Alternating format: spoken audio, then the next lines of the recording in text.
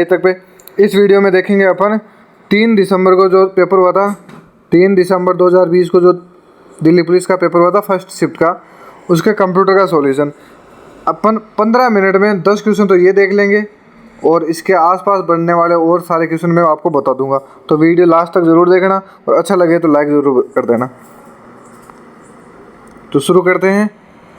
और सबसे ज़्यादा दिक्कत आती है फॉर्मूला वाले में, तो वो आपको मैं अच्छे से बताऊंगा जिससे आप कंप्यूटर में 10 में से 10 भी स्कोर कर सकते हो। तो पहला क्वेश्चन है, एक IP वर्जन 4 एड्रेस लंबा होता है। तो बताओ भाई, ये मैंने काफ़ी बार बताया हुआ मेरा IP एड्रेस का कि IP एड्रेस 2 है, IP वर्जन 4 और IP वर्जन 6, ये दोनों के बारे में देख लेना, ये पूछा जाता है। तो ये पूछा क्या है, इसकी साइज़ होती है ये 32 बिट्स होती है इसकी साइज़। तो अभी मैं वापस आपको IP के बारे में बता देता हूँ। IP का पूरा नाम तो होता है इंटरनेट प्रोटोकॉल, और ये 2 प्रकार के होते हैं। एक तो होता है IP वर्जन 4 और एक होता है IP वर्जन 6। तो ये ध्यान रखना। और इसका काम क्या होता है भाई, इसको यूज़ क्यों किया जाता है, तो ये ध्यान रखना, 2 कंप्यूटर के बीच डाटा भेजने व प्राप्त करने के लिए IP की अपन ज़रूरत होती है। यानी कि 2 कंप्यूटरों के बीच डाटा को भेजना है आपको या उससे डाटा लेना है, तो आपको IP की ज़रूरत होगी। तो ये भी ध्यान रखना, ये भी पूछा गया है क्वेश्चन। फिर है IP वर्जन 4। IP वर्जन 4 की पहचान आप कैसे करोगे, तो मैंने बताया पीछे वीडियो में भी कि जैसे डॉट लगा हुआ हो ना, वो आ जाएगा IP 4 में। जैसे कि मैं बता देता हूँ आपको, जैसे देखो 192.168.1.1, ये हो जाएगा IP वर्जन 4 का एग्जाम्पल है। तो ये ऐसे ध्यान रखना। अब पूछी जाती है साइज़, तो ये ध्यान रखना। फिर पूछी जाती है साइज़, जो भी इस एग्ज़ाम में इस पेपर में पूछी भी है, साइज़ पूछी है IP वर्जन 4 की। तो साइज़ कितनी हो जाएगी, तो इसकी साइज़ हो जाएगी 32 बिट। 32 बिट। अगर बिट में नहीं देखे बाइट में देता तो कितना का आंसर कर दे। अगर बिट में ना देकर ये बाइट में देता तो क्या होता है इसका आंसर, तो ये ध्यान रखना, इसका आंसर हो जाता 4 बाइट। यानी 1 बाइट में 8 बिट होते हैं, ये भी ध्यान रखना। तो इसकी साइज बिट में पूछे तो 32 और बाइट में पूछे तो 4, ऐसे करके ये ध्यान रखना है। फिर और क्या पूछा जा सकता है, तो और में ये ध्यान रखना कि IP जो वर्जन है 4, इसका प्रत्येक न्यूमेरिक पार्ट कितना होता है। यानी प्रत्येक न्यूमेरिक पार्ट होता है, यानी इसमें देखो कुल 4 पार्ट होते हैं, ये ध्यान रखना, कुल 4 पार्ट होते हैं और प्रत्येक पार्ट होता है इसका 8 बिट का। प्रत्येक पार्ट होता है वो 8 बिट का होता है या 1 बाइट का होता है। तो आपसे प्रत्येक पार्ट पूछे तो ध्यान रखना 8 बिट का होता है और पूरा हो जाता है, इसकी साइज़ है वो 32 बिट हो जाएगी, एक ये ध्यान रखना। और एक न्यूमेरिक जो पार्ट है, इसकी रेंज कहाँ से कहाँ तक होती है, ये भी पूछी जा सकती है। तो ध्यान रखना, प्रत्येक पार्ट की रेंज होती है वो होती है 0 से लेकर 255 तक, 255। प्रत्येक न्यूमेरिक पार्ट की रेंज होती है वो 0 से लेकर 255 तक होती है। तो ये भी ध्यान रखना। तो ये तो हो गया अपना IP वर्जन 4। अब मैं बताता हूँ आपको IP वर्जन 6 के बारे में। IP वर्जन 6 के बारे में, तो इसमें क्या पूछा जा सकता है कि इसमें देखो कुल 8 पार्ट होते हैं इसके कुल 8 पार्ट होते हैं और प्रत्येक पार्ट को कोलन द्वारा लिखा जाता है। तो ये ध्यान रखना, इसकी पहचान क्या होगी, कोलन, इसकी पहचान होगी कोलन। और 4 वाले की होगी बिट, वह सॉरी डॉट, ये ध्यान रखना। फिर इसके प्रत्येक पार्ट में 0 से 9 तक तो संख्याएं होती है, 0 से 9 तक तो संख्याएं होती है और A से लेकर F ये अल्फ़ाबेट होते हैं। तो ये ध्यान रखना, न्यूमेरिक होता है वो 0 से 9 और अल्फ़ाबेट होता है A से F तक। तो ये ध्यान रखना, इनका यूज़ किया जाता है। और प्रत्येक पार्ट में, वहाँ प्रत्येक पार्ट 8 बिट का होता था और यहाँ 16 बिट का होता है प्रत्येक पार्ट। तो ये ध्यान रखना। फिर पूछी जा सकती है कंप्लीट इसकी पूरी साइज़ कितनी होती है, जैसे IP वर्जन 4 की पूछी है तो इसकी पूरी साइज़ हो जाएगी वो 128 बिट है, 128 बिट है। और बाइट पूछे तो वही 16 बाइट। तो इसकी साइज़ है 6 वाले की साइज़ है 128 बिट और बाइट में पूछे तो 16 बाइट। तो ऐसे करके ये ध्यान रखना है। फिर अगला क्वेश्चन, एक ईमेल में क्या समाविष्ट हो सकता है, एक ईमेल में क्या समाविष्ट हो सकता है। तो देखो ये पहला ऑप्शन है टेक्स्ट इमेज, लेकिन फाइल ही नहीं, बिल्कुल हो सकती है फाइल भी, इमेज नहीं, इमेज भी हो सकती है, ये भी नहीं। तो इसमें क्या है टेक्स्ट, फाइल और सभी इमेज, तो ये सारे के सारे हो सकते हैं, तो ये आंसर सही हो जाएगा।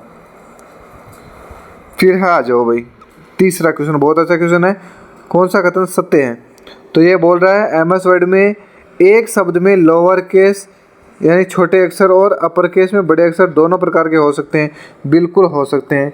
फिर है एमएस वर्ड में पैराग्राफ के पहले शब्द को बोल्ड नहीं किया जा सकता। क्यों नहीं किया जा सकता भाई, किया जा सकता है। तो इसका सही कौन सा होगा, पहले वाला, यानी ऑप्शन 4 सही है, यानी पहला कथन है ये सही है, दूसरे वाला गलत है। ये बोल रहा है एमएस वर्ड में पैराग्राफ के पहले शब्द को बोल्ड नहीं किया जा सकता, जबकि किया जा सकता है। फिर है ये वाला, तो इसका मैं अभी बता देता हूँ आपको। ये सारे दोनों किस में आते हैं, चेंज केस में आते हैं, चेंज केस में आते हैं।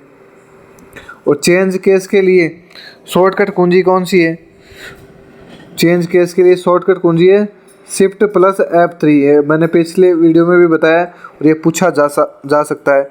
चेंज केस के लिए शॉर्टकट कुंजी है यह है शिफ्ट प्लस F3, यानी आपसे पूछे कि किसी टेक्स्ट के केस को बदलना है तो आप कौन सी शॉर्टकट कुंजी काम में लोगे, तो बस शिफ्ट प्लस F3 काम में लोगे।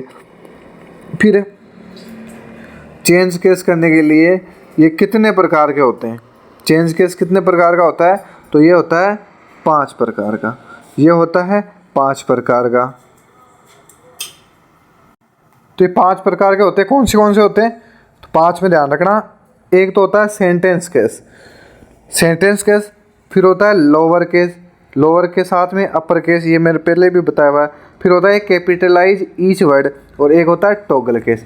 तो ये चेंज केस में कितने प्रकार के होते हैं, 5।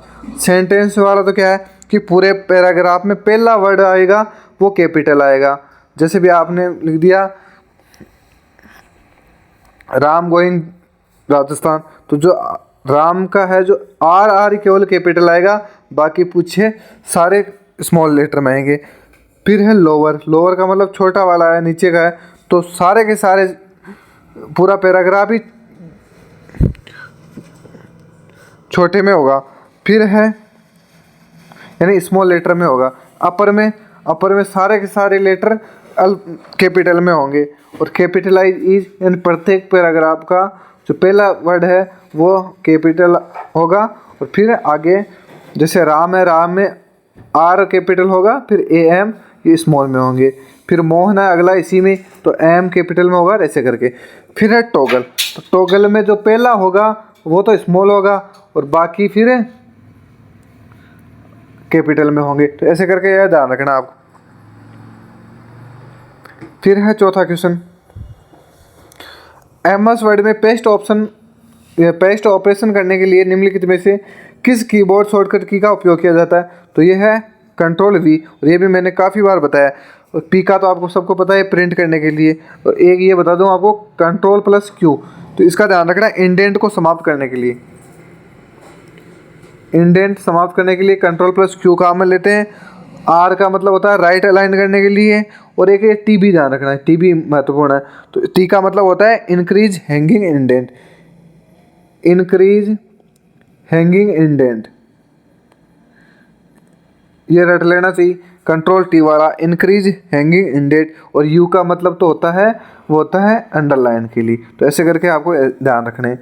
फिर है एमएस वर्ड में किसी पैराग्राफ का चयन करने के लिए निम्नलिखित में से किस माउस क्लिक का उपयोग किया जाता है। तो ये ट्रिपल लेफ्ट क्लिक, मैंने लेफ्ट को 3 बार क्लिक करने से ये पूरा पैराग्राफ सेलेक्ट हो जाता है।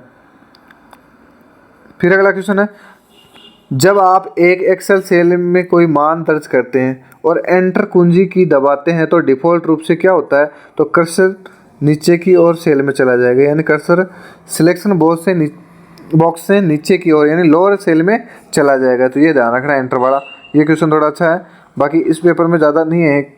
और जिसका भी पेपर है इन महाशय के तो केवल 2 क्वेश्चन सही हुए हैं पूरे 10 में से, तो ऐसे नहीं करना, कंप्यूटर को भी हल्के में नहीं लेना है और अच्छे से करना है। तो इंटरनेट पर फाइलों को एक नोड से दूसरे पर स्थानांतरित करने के लिए किस प्रोटोकॉल का प्रयोग किया जाता है, तो ये फाइल ट्रांसफ़र प्रोटोकॉल यानी FTP का प्रयोग किया जाता है। और सारे प्रोटोकॉल मैंने अच्छे से बताया हुआ है पिछले वाले वीडियो में भी, तो वहाँ जाके आप देख लेना। फिर अगला, MS वर्ड में टेबल में पंक्तियों की या पंक्तियों को रो भी बोला जाता है कि कम से कम संख्या हो सकती है। और ये बहुत अच्छे से बताया हुआ मेरा मैक्सिमम कितनी हो सकती है, ये पूछा भी है मैक्सिमम की, यहाँ पूछ लिया मिनिमम की। तो क्वेश्चन तो वही है, इसके आसपास के पूछे जा सकते हैं, तो ज़्यादा सीरियस नहीं लेना है, बस कंटिन्यू पढ़ना है आपको। तो बताना आपको MS वर्ड में कम से कम तो हो सकती है एक, लेकिन आप मैक्सिमम बताओ भाई, यानी रो की संख्या मैक्सिमम कितनी हो सकती है और कॉलम की संख्या मैक्सिमम कितनी हो सकती है। तो आप ध्यान रखना, कॉलम की संख्या है जिसे स्तंभ भी बोला जाता है, इसकी अधिकतम संख्या हो सकती है 63, रट लेना ये।